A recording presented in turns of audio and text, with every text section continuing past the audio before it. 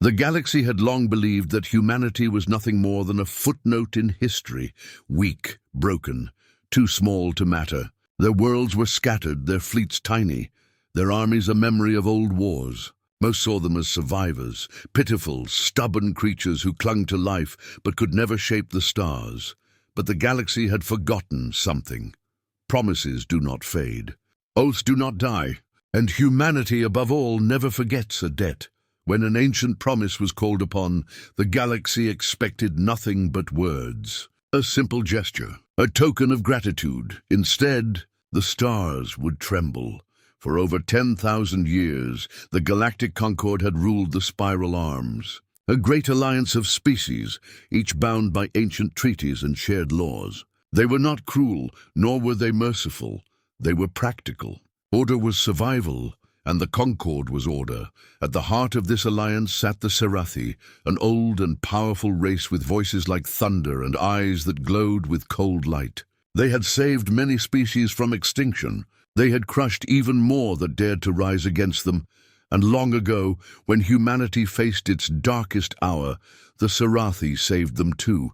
It had been a time of ruin. Humanity's colonies burned, its fleets shattered, its homeworld scarred.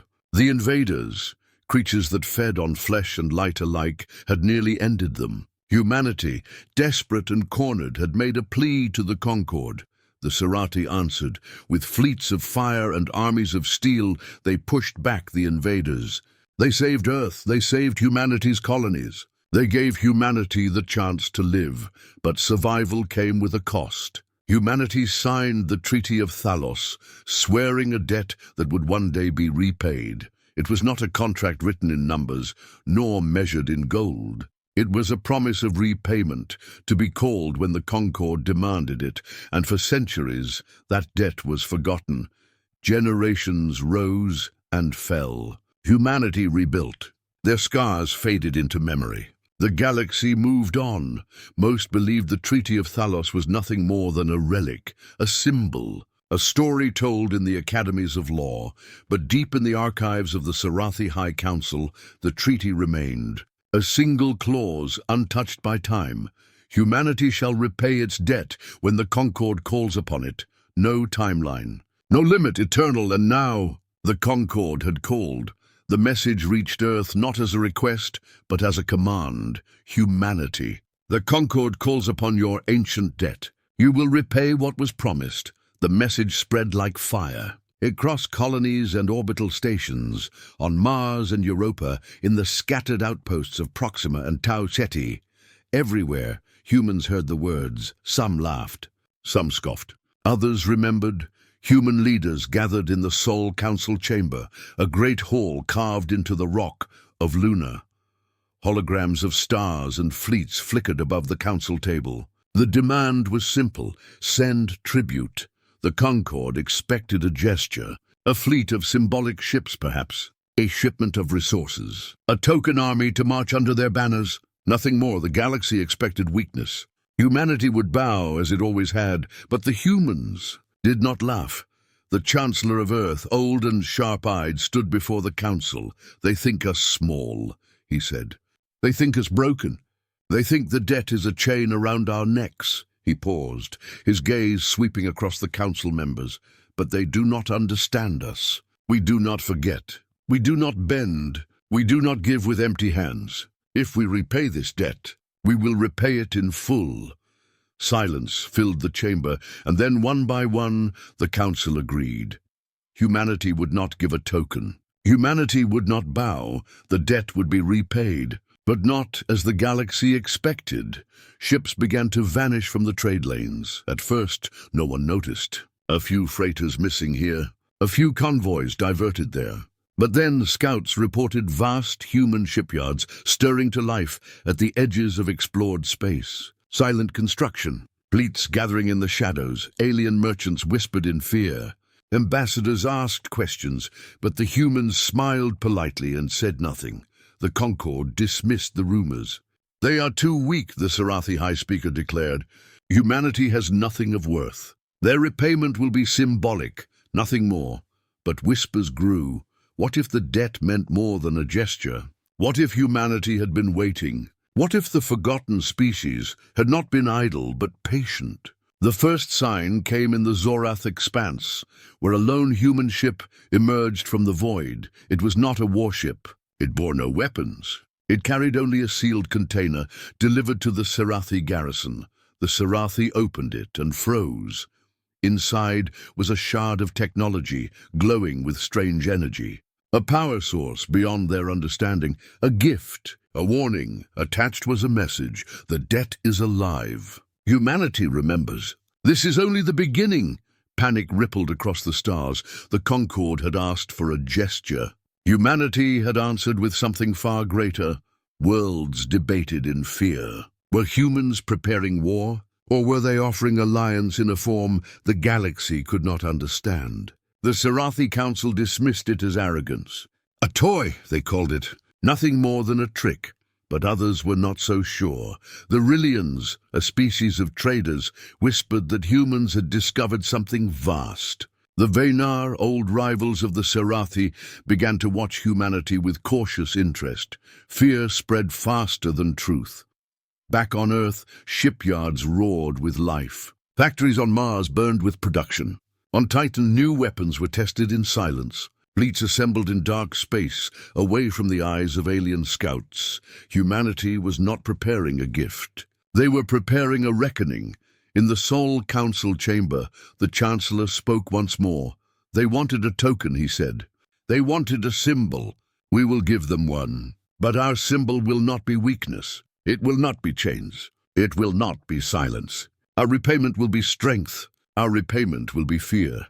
The Council agreed. The forgotten debt would be remembered, and soon the galaxy would tremble as the first human fleets vanished into the void. Unseen and unheard, a single message was transmitted to the Concord. We come not as debtors, but as equals. The stars will remember this day. And for the first time in centuries, the Serathi hesitated. Humanity had moved, and the galaxy shuddered. The galaxy was restless. The Concord's demand for humanity's ancient debt had spread like fire through the stars, and though most species dismissed it as nothing more than a formality, rumors began to stir in the dark. Humanity had accepted the call, but what they were doing in response was anything but ordinary. At first it was subtle.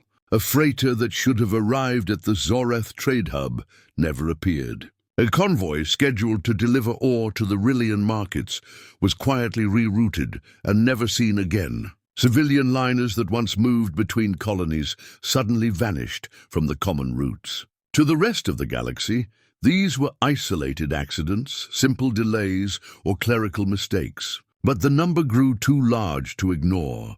Alien scouts, curious and suspicious, reported strange silences on the edges of human space. Star systems once filled with chatter now lay quiet, their beacons dark, their ports closed. It was as if humanity was folding in on itself, drawing its strength inward, cutting the galaxy off from its movements.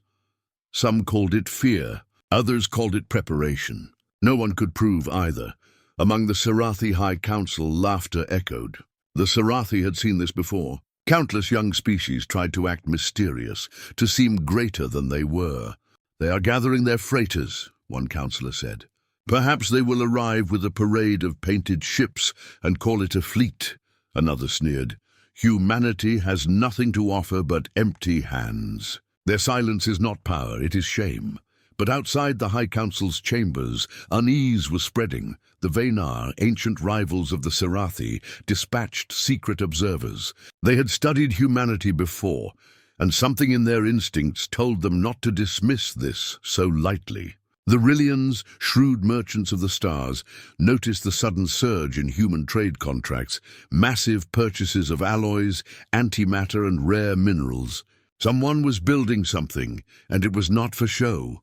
Then came the whispers from the frontier. Miners and smugglers spoke of colossal structures drifting in human-controlled voids. Black silhouettes of shipyards, vast and silent, lit by sparks of industry. Massive hulls being forged, their shapes hidden under cloaks of interference. Entire worlds turned into factories, their skies thick with fire and smoke. The galaxy demanded answers. Human diplomats smiled, calm and polite, and spoke of tradition. "We are repaying the debt as required," they said with perfect serenity. "You will see our tribute soon enough." But behind closed doors, human leaders prepared for something greater. On Mars, the factories thundered day and night. On Europa, research stations pulsed with secret experiments. On Titan, the air burned with the fire of weapons testing. Even the forgotten colonies at the edge of Sol sent shipments of resources into the void, their purposes hidden. And in the Sol Council chamber, the Chancellor of Earth spoke softly to his people's leaders. "They believe us weak. They believe us silent. They cannot see what shadows move beyond their reach. We do not prepare gifts. We do not prepare tribute. We prepare the repayment they never expected." Humanity did not boast. Humanity did not threaten. Humanity simply moved quietly, patiently, like hunters in the dark. Soon, entire alien starports began reporting strange sightings. A flicker of engines at the edge of sensors. The sudden appearance of massive energy signatures that disappeared as quickly as they came. Convoys that vanished into empty space and never returned. Some swore they saw fleets black against the stars, waiting in silence like predators. And always, the reports ended the same way. Nothing confirmed. Nothing proven. Just shadows in the stars. The Concord dismissed it again. "Fear makes fools of them all," the Sarathi declared. "Humanity cannot hide what it does not have." Their words carried confidence, but in private even they began to grow uneasy. The Sarathi were old. They knew how quickly weakness could turn into strength if left unchecked. In the great halls of alien markets, debates raged. Was humanity plotting war? Were they seeking independence from the Concord? Or were they preparing to give tribute so grand, so powerful, that it would shame the rest of the galaxy? No one knew, but one thing was certain. Humanity was no longer quiet. They were no longer still. They were moving with purpose, unseen, unpredictable, unstoppable, and for the first time in centuries, the galaxy began to feel a cold fear in its bones. Because when shadows gather in the stars, it is never by accident. It is always the sign of something coming, something vast, something that cannot be stopped, and humanity had only just begun. The galaxy had grown uneasy. The whispers of human silence and the vanishing fleets spread across the stars like cold winds before a storm. Yet still the conquered laughed. Still, the Sarathi Council claimed it was nothing but fear and rumor. They said humanity was too small, too scattered, too fragile to ever move the galaxy. But the first tremor came not in war, nor in grand fleets, but in a single ship. It emerged from the dark like a ghost, slipping through the Zorath expanse without warning. Its hull bore no weapons, no banners, no marks of war. To the scanners of the Sarathi garrison, it looked like nothing more than a courier, an insignificant craft. The Sarathi were almost insulted. Was this the repayment humanity offered? A single vessel? A courier with a box? The ship hailed the garrison with a single message. "We come to deliver what was promised." They let it dock, laughing in their guttural tones, believing the humans were at last bending their knees. A squad of armored Sarathi warriors escorted the human crew as they carried a sealed container through the halls of the station. It pulsed faintly, as though something alive rested within. When the container was opened, the laughter ended. Inside was no token gift, no tribute of ore or grain or soldiers. Instead, it was something the Sarathi had never seen before, a power source, small yet burning with impossible energy. It pulsed with raw brilliance, contained in a vessel no larger than a soldier's chest. The readings made the garrison's instruments stutter and fail. Their systems flickered with static. Their shields rippled as though struck by invisible waves. The Sarathi captain demanded answers. The human delegation gave none. They simply bowed once and left behind a message etched in the container's surface. The debt is alive. Humanity remembers. This is only the beginning. The Sarathi reported the discovery to the High Council, their voices shaken, though they tried to hide it. But the Council dismissed the danger once more. "A toy," they said. A trinket, a trick of weak engineers. They spoke with confidence, yet the fear in their eyes betrayed them. For the Venar, who had watched closely, it was no trick. Their scientists examined the readings and whispered that such a device could power fleets or burn worlds, depending on how it was used. The Rillians, always hungry for advantage, whispered of fortunes beyond measure. The smaller species, those who had suffered under the Concord's heavy hand, began to wonder if humanity had been underestimated all along.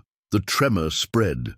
Markets wavered as rumors of human technology moved across trade routes. Fleets hesitated as captains questioned whether they would soon face something they could not fight. Even the Sarathi, proud and unbending, began to order quiet reinforcements along their borders, and all the while humanity said nothing.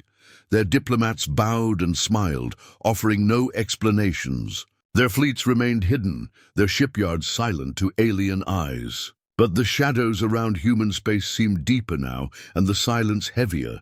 The first tremor was not war. It was not blood. It was fear. Because fear spreads faster than fire, and it lingers far longer.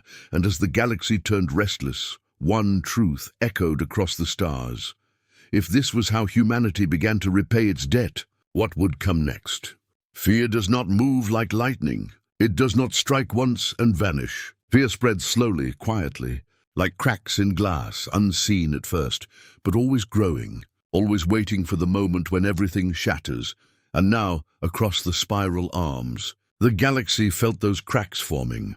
The news of the human gift reached every major power within weeks. One small container, one impossible device, and suddenly entire civilizations were questioning everything they thought they knew. The Sarathi High Council called it arrogance, nothing more. A fragment of unstable technology, they declared. Dangerous, yes, but no true threat.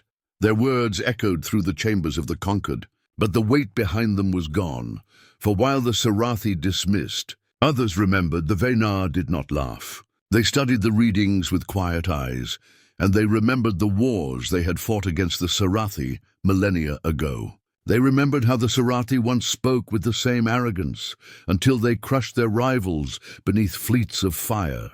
And the Venar whispered to themselves, perhaps the humans are not as weak as we were told. The Rillians, ever the traders, felt opportunity in the air. They began to send envoys to the edges of human space, offering resources, offering deals, offering alliance. They knew that power moved markets, and if humanity truly had discovered something vast, then the Rillians would not be left behind. But it was not only the great powers who trembled. The smaller species, those who had lived under the Concord's shadow for countless generations, now felt a flicker of something dangerous. Hope. They whispered in their homes, in their markets, in their hidden corners, if humanity rises, perhaps we too can rise. If humanity can repay a debt with strength, perhaps the Sarathi can be defied. Fear spread, but hope spread with it. And to the Sarathi, that was even more dangerous. On worlds far from Earth, alien governors began to order fortifications. Starports doubled their patrols.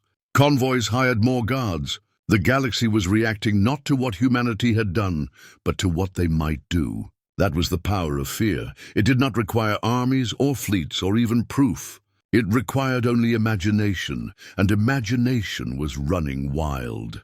Some said humanity had built a secret weapon, one that could split a star. Others swore they had seen entire fleets of black ships moving silently through the void. A few even claimed that the humans had allied with forces older than the Concorde itself. None of it was confirmed. None of it was proven. But none of it needed to be, because when fear takes root, proof becomes unnecessary.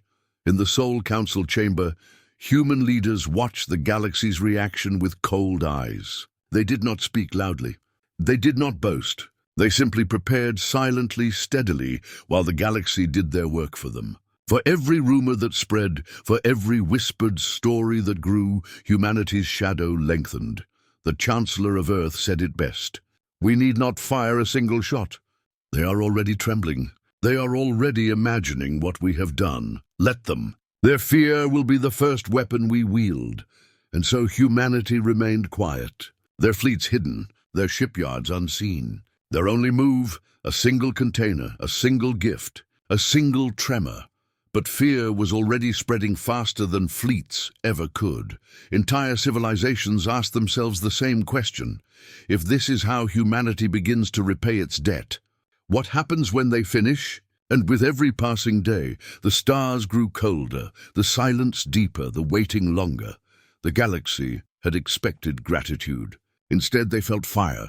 And the more they tried to deny it, the more the fear spread. It was too late to stop, because once fear begins, it does not end. It only grows. The galaxy held its breath. For months, humanity had moved in silence. Fleets vanished from trade lanes. Factories roared on distant moons. Rumors of strange weapons and impossible energies spread like wildfire. But no one had seen the truth. No one had looked directly upon what humanity was building until now. It began at the edge of the Zorath expanse, where the stars burn faint and the void lies heavy. Alien patrol ships had reported faint sensor ghosts for weeks, shapes that appeared and vanished, signals that flickered like shadows. Most dismissed them as errors. Others whispered of human fleets gathering in the dark. Then, without warning, the void itself seemed to ignite. One by one, massive ships emerged from the darkness. Not freighters, not scouts, warships, hundreds of them, thousands. Their hulls gleamed with alloys no alien had ever seen. Marked not with banners or symbols, but with a single, unyielding insignia, the crest of humanity. The Sarathi were the first to react. Their garrisons scrambled, sending panicked messages to the Concord. "We are not prepared," one transmission stammered. The humans have built an armada, and what an armada it was. The fleets of the Concord were vast but slow, built over centuries of order and bureaucracy. Human ships were different. They were lean, sharp, and built with the hunger of a species that had once stood on the edge of extinction. Their drives burned brighter. Their weapons hummed with energy unknown to alien science. Even their smallest frigates looked like predators, built not for show, but for survival. In orbit over the dead moon of Kether, the full force of humanity revealed itself. Rows upon rows of dreadnoughts lined the void. Carriers loomed, their bays bristling with strikecraft. Titans, massive constructs of steel and fire, drifted at the center, each one capable of leveling entire worlds. And at the heart of the armada stood a single flagship, its hull black as midnight, its engines burning like suns. The Aegis Eternal, humanity's crown jewel. When its comms opened, every channel across the expanse fell silent. A single human voice spoke, calm and steady. The debt is remembered. The debt is repaid. Humanity stands. The words were simple, but their weight was heavier than fleets of steel. Every alien who heard them felt it. The shift in power, the tremor in the stars. For generations, the Concord had believed humanity broken, scattered, too weak to matter.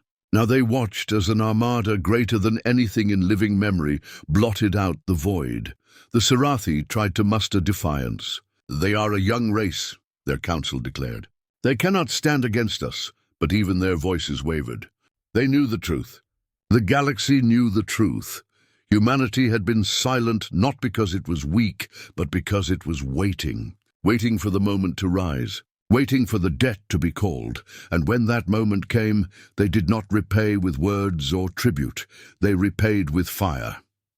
Across the spiral arms, worlds trembled as the first reports spread.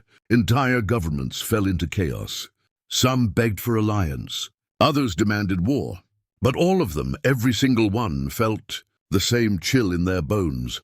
The reckoning fleet had arrived, and it was only the beginning. The galaxy was not ready. The appearance of humanity's armada was more than a show of strength. It was a fracture driven straight into the heart of the Concord itself. For 10,000 years, the Great Alliance had ruled the stars with an iron hand. But no alliance, no matter how strong, survives when fear takes hold, and fear was everywhere.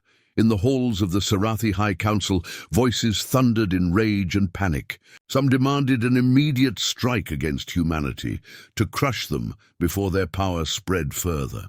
Others argued caution, warning that the fleet they had seen was only a fraction of what humans had prepared. Ancient allies shouted at one another, their unity unraveling with every word. The Sarathi themselves tried to hold control, but the cracks were already forming. Their oldest vassals, long resentful of the heavy chains of conquered law, began to whisper. If humanity could rise, why couldn't they? If humanity could repay its debt with fire, why must they continue to bow? The Rillians, ever the merchants, were the first to act openly. Their trade envoys vanished from conquered space, redirecting their ships toward the edge of human territory.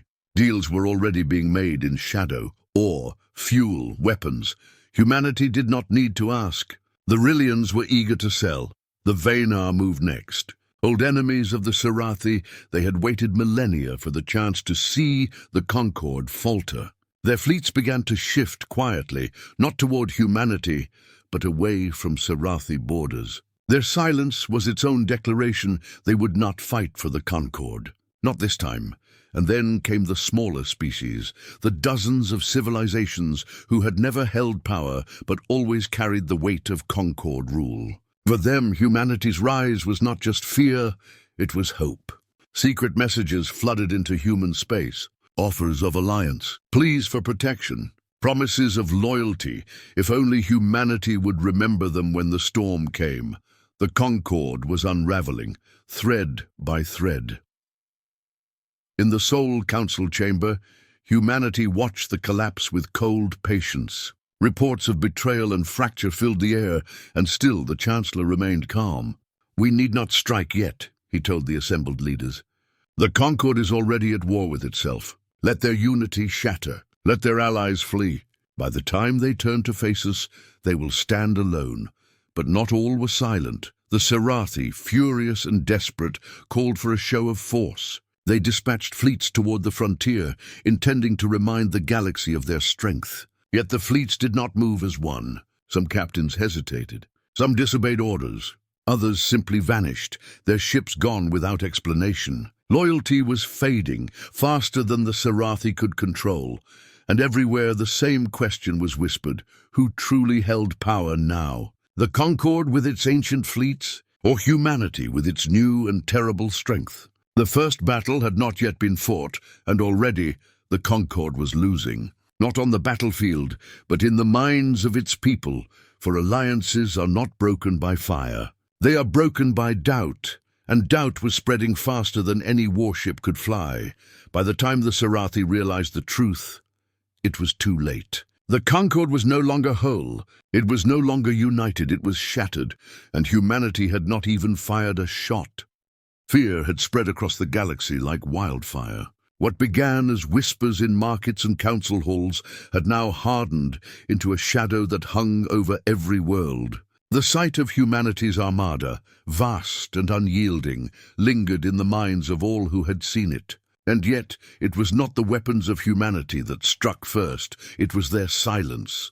The fleets of the Concord waited. The Sarathi commanded their captains to advance, to bring humanity to heel, but the fleets did not move as one. Some obeyed, others hesitated, and more than a few turned away. Unity was gone. The Concord had demanded loyalty for 10,000 years, but now, in the face of humanity's rise, that loyalty crumbled like dust.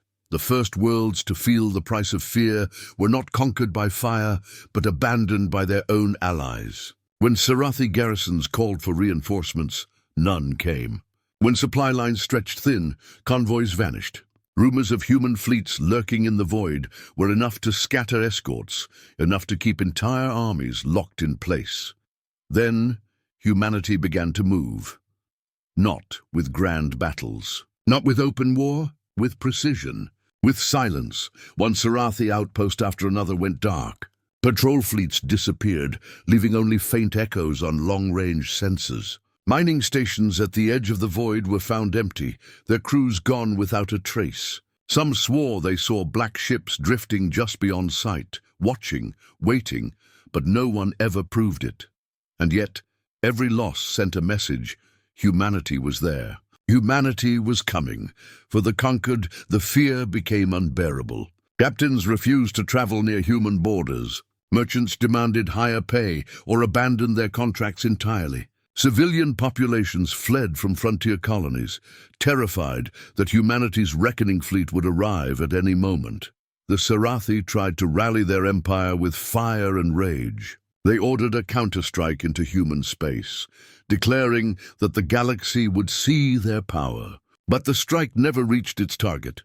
A dozen ships set out. Only 3 returned, broken and silent, their crews whispering of weapons they could not understand. The Concord called it cowardice. Humanity called it repayment, because for every world that fell silent, for every fleet that failed to return, the message grew louder. This was the price of fear. The Soul Council understood perfectly. "We need not destroy them all," the Chancellor said. "We need not drown the stars in fire. Their fear will do our work for us. Every world they abandon, every ally they lose, that is the true repayment. That is how the debt is settled, and still the reckoning fleet grew. More ships emerged from the shadows. More worlds bent their knees before the humans arrived. Entire species began to shift their loyalty, not because humanity demanded it, but because they believed it was safer to stand with the rising power than against it. The Concord had ruled the galaxy with fear. Now humanity repaid that lesson in kind. No grand battle was needed. No declaration of conquest. Humanity showed the galaxy that fear itself was the deadliest weapon, and once unleashed, it could not be stopped. The stars trembled, not because of what humanity had done, but because of what they might do next. And in that silence, in that endless waiting, the galaxy understood the truth. The debt was being repaid in full. The stars had grown silent. For months, humanity's shadow had stretched across the spiral arms. Fleets vanished. Worlds bent their knees. The Concord, once unshakable, was splintered and hollow. Where unity had stood for 10,000 years, only doubt remained. And still, the reckoning fleet waited, vast and patient, its black hulls blotting out entire skies. The galaxy demanded answers. Was this war? Was this conquest? Or was this the end of everything? When the Aegis Eternal, humanity's flagship, opened its channels, every world listened. On every frequency, across every system, the voice of humanity carried. Calm, cold, unyielding. The debt is repaid. The words echoed like thunder. Simple, final, undeniable. But humanity did not end there. When our ancestors stood at the edge of extinction, you saved us. You gave us the chance to live. And we swore upon the ashes of our dead that the debt would be remembered. We have not forgotten. We never forget. You asked for repayment, and we have repaid it in full. Not with weakness, not with empty tribute, but with strength. This fleet, this power, this fire is the proof of our gratitude. Silence followed. The Sarathi trembled in fury, but said nothing. The smaller species listened in awe, their hearts pounding with fear and hope alike. For humanity was not begging. Humanity was not bowing. Humanity was standing as an equal. The Concord believed us broken, the voice continued. They believed us weak. They believed we would kneel. But hear this now.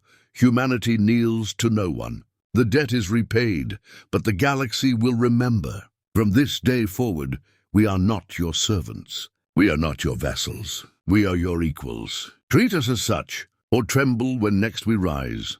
Across the stars, reactions split. Some cheered in secret, whispering that the Sarathi's grip was broken at last. Others wept in fear, wondering if humanity's strength would soon turn upon them. Entire governments hesitated, uncertain if they should resist or embrace the new power. The Sarathi High Council tried to speak, but their words carried no weight. Their fleets had faltered, their allies had fled, and the galaxy had seen their weakness. Humanity had not conquered them with fire, but with fear, and fear does not fade. The reckoning fleet did not move to attack. It did not descend upon alien worlds. Instead, it held its position, vast and unyielding, a reminder to all who gazed upon it. Humanity did not need to destroy the galaxy. The galaxy was already trembling. Then, as silently as they had arrived, human fleets began to withdraw.